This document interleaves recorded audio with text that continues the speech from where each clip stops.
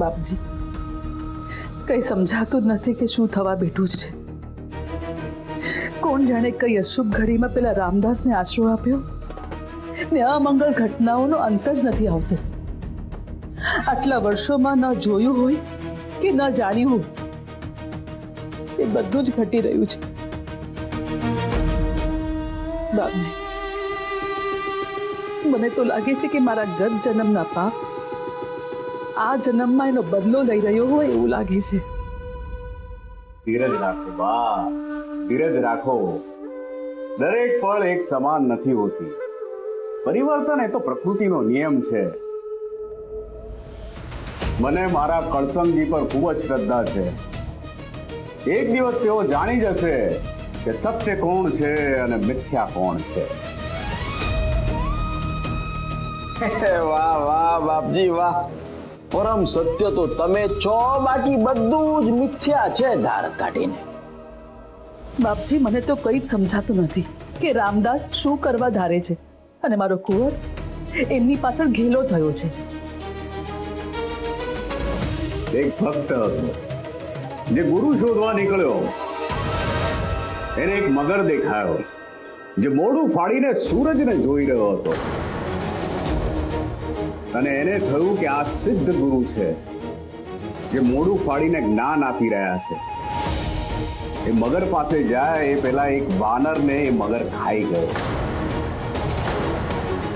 ભક્ત આગળ ગયો અને એક પગે ઉભેલો બગલો જોયો ને લાગ્યું આ જ ગુરુ છે જે એક પગે ઉભા રહીને તપ કરી રહ્યા છે। અને એ ભક્ત જેવો એ બગલાને નમન કરવા ગયો, એ બગલાએ ઝડપથી પોતાના મોઢાથી પેલું એક માછલું પકડ્યું। ભક્ત ભાગ્યો અને એક ઝાડ ઉપર લટકતા ઊંધા ચામાચીડિયાને જોયું। થયું કે આ છે જે ઊંધા લટકીને તપ કરી રહ્યા છે, આ છે મારા સાચા ગુરુ। એ ભક્ત ઝાડ ઉપર ચડવા ગયો ગુરુને મળવા માટે, પણ એટલામાં ચામાચીડી ઉડીને એક ઉડતા કીડાને ખાવા લાગ્યો। ત્યાં એને સિદ્ધ ગુરુ મળ્યા, જેમણે કીધું તું મને સાચો ગુરુ બનાવ। પણ એ ભક્તનો ગુરુ પ્રત્યેનો વિશ્વાસ જ હલી ગયો હતો। પછી લાખ પ્રયત્ને ગુરુએ એને સાચું જ્ઞાન આપ્યું અને પછી એ ભક્ત તરી ગયો। બાપજી, આ તમારી વાર્તા તો ગમી। આ ભક્ત એટલે કહળસંગ બાપુ, પણ આખી વાતમાં દાસ કોણ? જ્યારે તમે સિદ્ધ ગુરુની તપાસમાં નીકળો ત્યારે ડાચું ફાડેલો મગરમચ્છ, એક પગે ઉભેલો બગલા ભગત કે સિદ્ધ યોગીનું ડોળ કરતું ઊંધું લટકતું પેલું ચામાચીડિયું મળશે। પણ સાચા ગુરુની ઓળખ નહીં કરો તો ભોગ લેવાઈ જ જશે। બાપજી, મારા કુંવરની આંખ ખોલો, મારા કહરની આંખ ખોલો બાપજી। ખુલશે, આંખ જલ્દી જ ખુલશે। ક્યારે ખુલશે બાપજી? આ જુઓ ને, મારા કહર સંગ પાસે પેલો રામદાસ ભીખ મંગાવે છે અને બોલો, ગામ ધણીના દીકરાની આ ગત કરી છે પેલા રથ પીતિયાએ। મારા દીકરાને મેં પાણી માંગતા દૂધ આપ્યું, દૂધ માંગતા ખીર આપી છે, અને એ રામદાસ મારા કુંવર પાસે ભીખ મંગાવે છે। આ તે કેવી માનવ સેવા!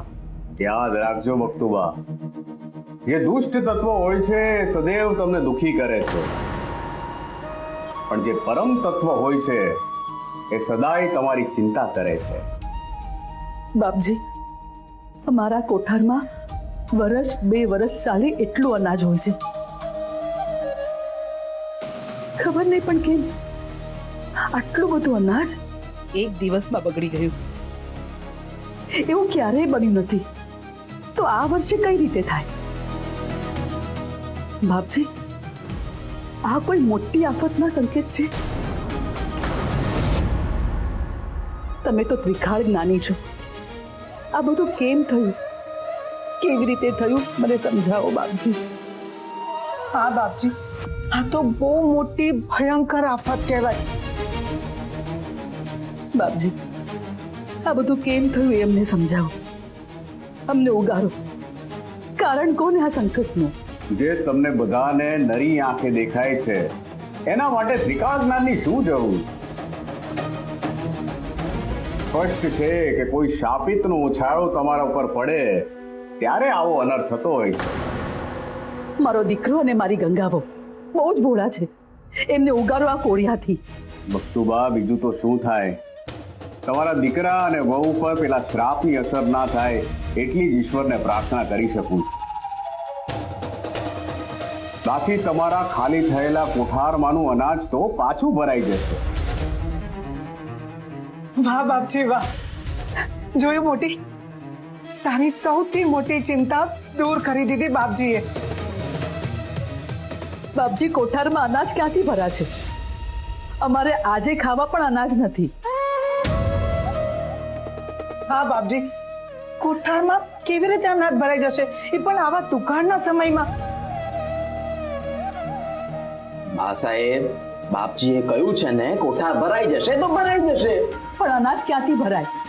પેલો કાળમુખો આદિરાજ બધાના ખેતરોના પાકને નાશ કરીને ગયો છે. ના ભક્તુબા, ના, બધાયના ખેતરોના પાકને નહીં. બેન, તમે આમાં શું મદદ કરી શકો? બાપજી, બાપજી તમે તો જાણો છો ને, અરે હું તો ગરીબડી અને ઉપરથી નોંધારી છું. અને બાપજી, મારા દીકરાના ગયા પછી મારે તો ખીચડી ખાવાના પણ વાંધા છે બાપજી. એમાં હું શું તમારી મદદ કરી શકું, મને કહો ને. અરે રે, દુખિયારી સ્ત્રી બિચારીને ખીચડી ખાવાના વાંધા છે. સત્ય તો એ છે કે આખાય પંથકના બધાયના ખેતરોમાં આદિરાજ ઝેરી દવા નાખી ગયો છે, પણ માત્ર તમારા જ ખેતર બચી ગયા છે. એમાં તો ઘઉં, મકાઈ અને લીલા શાકભાજીનો પાક તૈયાર થયો છે. એને કોઈ કાપે નહીં, એના માટે સૈનિકો ખડે પગે પાકની ચોકી કરે છે.